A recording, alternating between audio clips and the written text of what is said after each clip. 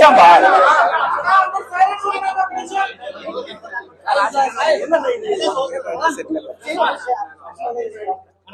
Okay మీరు settle అవుతే start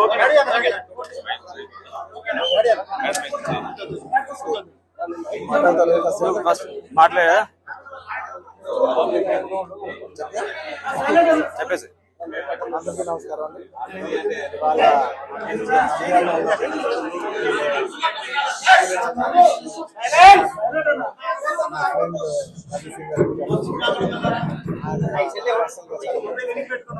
ఎన్నో ఆల్మోస్ట్ 13-14 సంవత్సరాలుగా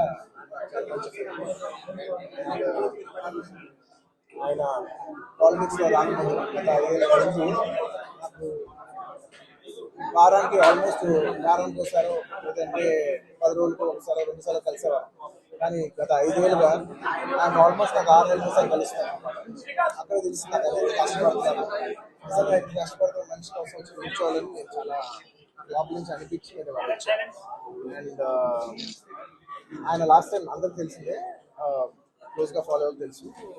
లాస్ట్ టైం ఆయన ఫస్ట్ టైం పాలిటిక్స్లో వచ్చినప్పుడు నేను ఒక ట్వీట్ పెట్టాను, బెస్ట్ విషెస్ పంపిస్తూ.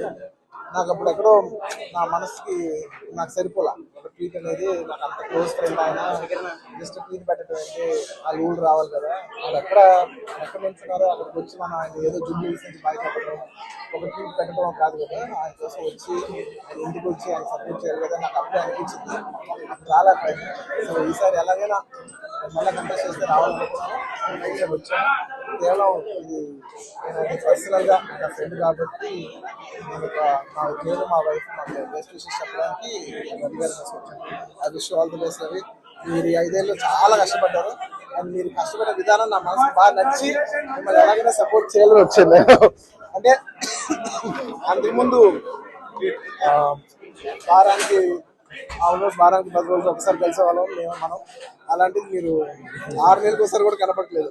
ఎప్పుడైనా ఒక ఊరు ఎప్పుడైనా ఒక సరదాగా వచ్చినా కూడా ఆయన ప్రాణంతో నంద్యాల నన్ను మొత్తం నంద్యాలతో నా రూమ్ లో తీసుకొచ్చావు నువ్వు. ఎప్పుడు అదే మూడు.